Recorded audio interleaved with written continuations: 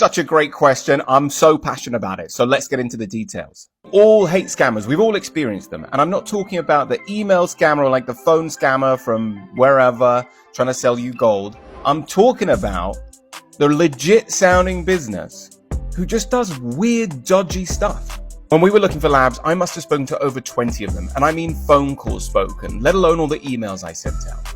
These emails, just so many of them. And one person came back to me and they said, you'll never be able to do it. It's going to cost you $1 million.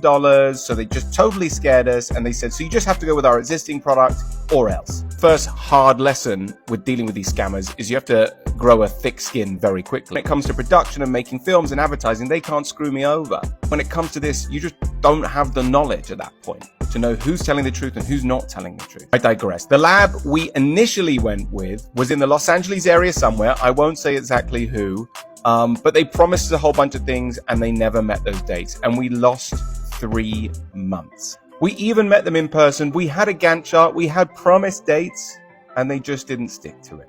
So eventually we broke up. And it was only months later that I realized they had a bad reputation because someone told me. But you just don't know that starting out. Okay, so here's my advice. Number one, speak to tons of different companies. You just have to do it. It's kind of annoying. Lots of emails, but just do it. Number two, when you start feeling things are getting a bit weird, break up with them. Easier to do it now rather than later.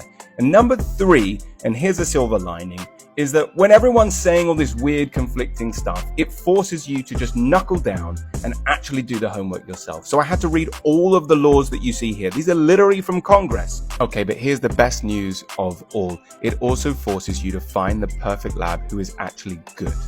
And we found the best ones. They're rock stars. They also gave us an amazing price. They email all the time. They're very responsive and they just care. So sometimes going through this whole process means that you end up with something actually very wonderful.